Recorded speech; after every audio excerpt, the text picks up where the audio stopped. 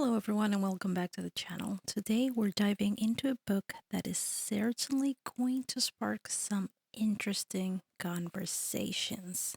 This book is called An Accidental Christ, the story of Jesus as told by his uncle, Batlon Milo Duquette. Now, before we even get into the review, let's go ahead and address the elephant in the room. First of all, I want to say this is a novel. It is not meant to be seen as real, it's not meant to be as a point of view of a historian, and it is not a typical retelling of the Jesus story.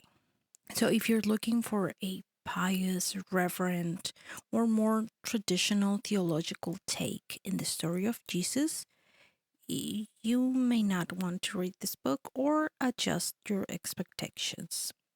The author is known for his work in ceremonial magic and occultism and brings a completely unique lens to the narrative of the life of Jesus. In this book, Duquette imagines the story of Jesus told from the perspective of his uncle. What I have found more compelling about An Accidental Christ is how Duquette humanizes the figure we often see of Jesus. Maybe it's because it's told from an uncle's point of view, but we see the miraculous events shown in a very different light. Even as a believer, I think you can enjoy this book if you remember that it's not meant to be historical. It has some humor to it, and it also tries to explain a lot of the miracles into a more humanized way, into not being exactly the way they are portrayed in the Bible. Specifically, the one that comes to mind is the one transforming the wine. I'm sorry, transforming the water into wine. But I don't want to spoil the book for you if you decide to read it.